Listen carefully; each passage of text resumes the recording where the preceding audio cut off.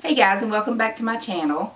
I've had a request after talking about my morning basket on one of the Facebook pages that I'm on, that I give a little insight into what I'm doing. So this month for our morning basket, we are going to cover bugs and insects. So what I've done is I've gone to the library and I have checked out a few books. I'll call it a few, but it's really more than that.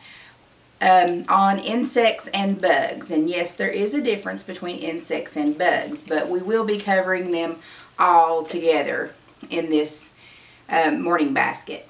So usually what I do when I am planning a morning basket is I go onto my library's website and I sign in under my library card, and you can create a list, kind of like a playlist at your library, and I start putting books in that list that I want to check out. So that way when it comes time to cover whatever it is I'm going to cover for that month, I'm not having to go back and forth to the library checking out 1 or 2 or 3 books at a time. They'll gather the books for me and I can go and pick them up. Now sometimes, you know, somebody will have a book checked out and I'll have to pick it up separate. But in general, I can get a big stack and check them all out at the same time. So that way I have all the information, you know, that I need and want, and if there's something that I don't need as we go through the books, if we're out and about, I'll go ahead and return them. So what I've done is I'm going to go through and show you some of the books that I've checked out and give you an idea of what, you know, we're going to do for the study throughout the month. A few fun things, informational books, kind of like the book that I have here, The Ultimate Bugopedia, and things like that. And then a few stories just about bugs. So incorporate a little bit of fun in with the information that you need to learn. So as I stated, we'll start out with some of the books that I have checked out. I have checked out The Ultimate Bugopedia, and you'll find, and I have found, that a lot of the books will have some of the same information, but it always has a few little facts that you didn't have in the book before. So as you're reading through the books, when you come to something that you've already covered, that's a good time to stop and take the time and ask, what do you remember about this particular bug or insect? And, you know, have your son, daughter, give that recall of the information. You know, it's not always about having to write it down or having to, you know, tell people, you know, write this information down, write it down, write it down. That's not always how your child may learn. You know, sometimes you have to adjust the way you teach to how your particular child learns, and it makes learning a little more fun. You know, find out, you know, is your child a visual learner? You know, go that route. Videos and different things like that. Not that they don't have to do any written work, but, you know, find out how they learn the best, and they'll learn a lot quicker. So this is the first book, and in this book, it's just what you expect it to be, the encyclopedia. It tells you about each bug and their life cycles and where they're found and all of that kind of thing. So this will be the first book that I found. The next one is the Smithsonian Superbug Encyclopedia. This one is really, it's just really neat. I'll open it up. It gives the big, huge picture of the bug, and it actually gives some close-ups. And this one is one that we all know. It's the tick. And this time of year, that's what's out. So, but anyway, this is just a great one. It tells you about their life cycles. Here's the spider. So that's the next one that I picked out. The pictures in these first 2 books are just fabulous. The next one is The Secret World of Bugs, a close-up view of the insect world. This one is just bugs, and when you open it up, it gives specific hand-drawn illustrations, and it tells you the different parts of each bug, and also tells you about it, where it's from. And like I said, a lot of the books have some of the same information, but there's always something new. You know, like I said, this one's hand-drawn. It tells about each part, which is something that one didn't specifically cover. Body bugs. This one my son is going to love, I believe, because it's Earth's grossest animals, body bugs. And these are bugs that actually live on our bodies.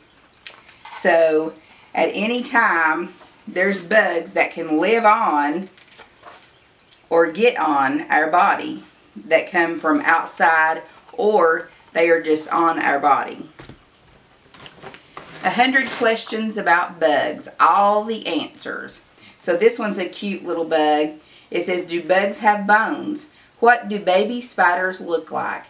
How big did ancient dragonflies go? So it's just, this one's questions that kids might ask, and it has neat little answers to it. What do they eat? This is another handy bug answer book that I got at the library. Tells all about their brains and how they think and why they do what they do. This one I think is funny.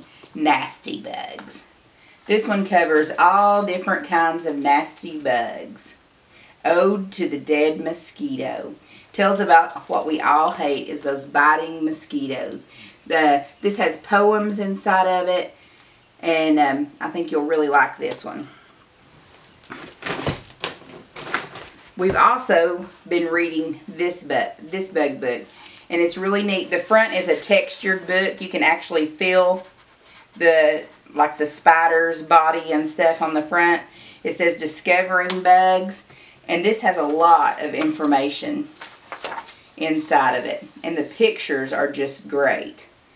It tells them where the bugs are from, how big the bugs can get, what to look for so you know that's the bug that you found, and how the bugs bite. How they bite and how they eat. So this one is great. And you know, it's how much time that you want to spend on your morning basket. And we'll, like I say, we'll stretch this out over the month of May. These are just some of the books I've checked out. I have a few more at the library, but they usually let me go over my limit because they know I homeschool. But if your library only allows you to check out so many books at a time, get yourself a card, and get each one of your children a card, and that way you'll be able to check out a few more books, and you can cover what you need for the month still without having to go back and forth. So we also have that too.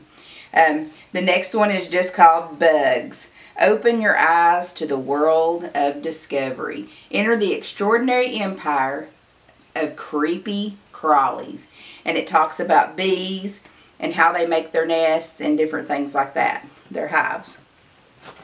The next set of books that I have are a little bit different. And these books are just kind of more, I work these in throughout. We kind of do informational books about the subject, and then we have a few just fun reads or stories.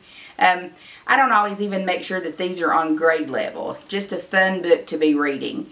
Something that adds to what we're learning, and it's not always just information based. This first one is Creepy Crawly Bug Jokes. So I found this and I thought it would be neat. For instance, what do you call a bug with a sore throat? A horsefly. So that's pretty funny. What kind of bugs live in clocks? Ticks. So this is just something. They're just little short jokes, and my little boy likes jokes. I've never been a big fan of jokes, but he likes jokes. So we've got this book. This book is just a chapter book. And I thought it would be fun to read. The Notebook of Doom, Charge of the Lightning Bug. So this is just another fun book, that he can read. Max and Ruby, Max's Bug. Because a Little Bug Went Ka-Choo. Bugs at the Beach. And like I say, a lot of these are just quick, short reads. Not always on reading level, but just something for fun. And sometimes if you have a struggling reader, it helps them a lot if you can do books that are below their reading level to help give them confidence to read. So my son is a good reader, and my daughter was a good reader, and they still are. But sometimes it's just fun and, you know, for entertainment to read something that is just, you know, easy to read. We all like to do that. So that's why I check these out. Beetle McGrady Eats Bugs. And this book is interesting. The book cover the book cover is gone, and I have looked inside the book to find the name, and it is just not there. It just starts out with the story. So not sure what's going on with this book. I do not know the name. I discovered that when I got home. This one is Leo the Lightning Bug. That's a #2 seller on the New York Times list. Clowning Around a Bug's Life. And this movie would also, we have this movie, we love this movie. And once you do your study, or if you check this book out, that would be a good time to watch this movie, because a lot of the informational things that are in this movie are actually accurate. How the ants carry their food and stay in a line, why they do it that way. The caterpillar, the stick bug. So it's really a cute movie, but it actually has interesting facts in it that are true too. So that might be a movie that you want to add to your morning basket, of which we will be watching actually at the end. The next book is What's Your Favorite Bug? So this is a cute little book here that you can go through and just kind of look at each one of the bugs.